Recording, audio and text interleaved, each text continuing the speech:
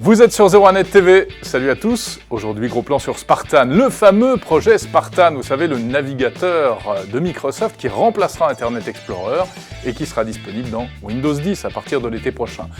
D'ores et déjà, une nouvelle version test de Windows vient d'arriver et elle contient Spartan. Ça y est, on peut voir concrètement à quoi il ressemble. Alors, quelles sont les 3 innovations majeures de ce nouveau navigateur? Éric Le Bourlou l'a passé au crible.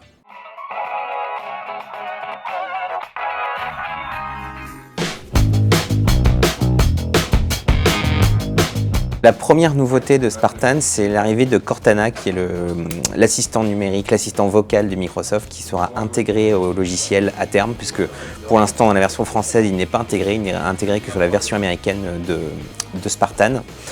Cortana, ça permet quoi? Ça permet en fait c'est un assistant qui, au fil de vos visites sur le web, va vous accompagner, vous tenter de vous aider. Par exemple, vous allez sur un site d'un restaurant, il va vous dire, voilà, cet restaurant est ouvert de telle heure à telle heure, il va vous fournir éventuellement un numéro de téléphone, vous proposer de l'appeler ou possibilité de réserver, des choses comme ça. Et elle va donc vous accompagner durant vos sessions de surf. La deuxième spécificité de Spartan par rapport à d'autres navigateurs, c'est aussi la possibilité d'annoter les pages web. Donc annoter les pages web, ça se fait soit par le biais du doigt, si vous avez un écran tactile, soit par le biais de votre clavier éventuellement, ou par le biais d'un stylet comme sur la tablette Surface. Qu'est-ce que ça permet? Ça permet par exemple de griffonner quelque chose très vite sur une page web, puis de l'envoyer à un contact pour par exemple commenter un tableau ou commenter un dessin, des choses comme ça.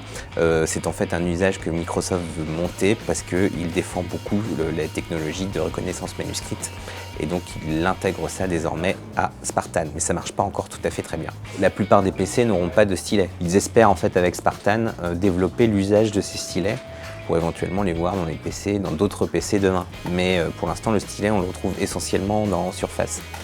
Donc, autre petite fonction sympa, mais qu'on trouve déjà dans d'autres navigateurs dans Spartan, c'est d'une part la possibilité de sauvegarder les pages web que l'on désire en fait sur une liste de lecture. Donc on peut sauvegarder les pages, y compris au format PDF, même si là ça marche pas très bien et ça marche pas encore très bien. Et autre fonction qui est assez sympa mais qu'on trouve déjà aussi chez d'autres navigateurs, c'est un mode lecture, c'est-à-dire que vous arrivez sur un site, vous voulez lire un article, vous pouvez cliquer sur un bouton pour avoir un affichage qui est plus propice à la lecture, où il n'y a plus tout ce qui entoure le papier, il n'y a plus que le texte et les photos. Oui, alors la grosse différence entre Spartan et Internet Explorer que Spartan va remplacer, ça va être sa fréquence de mise à jour. Parce que Internet Explorer, il était un petit peu long, il y avait une nouvelle version tous les ans, voire une nouvelle version tous les 2 ans parfois. Donc effectivement, il s'est fait rapidement doubler par Chrome et Firefox qui ne cessent d'être mis à jour et qui sont plus respectueux des standards du web, des nouvelles technologies, etc.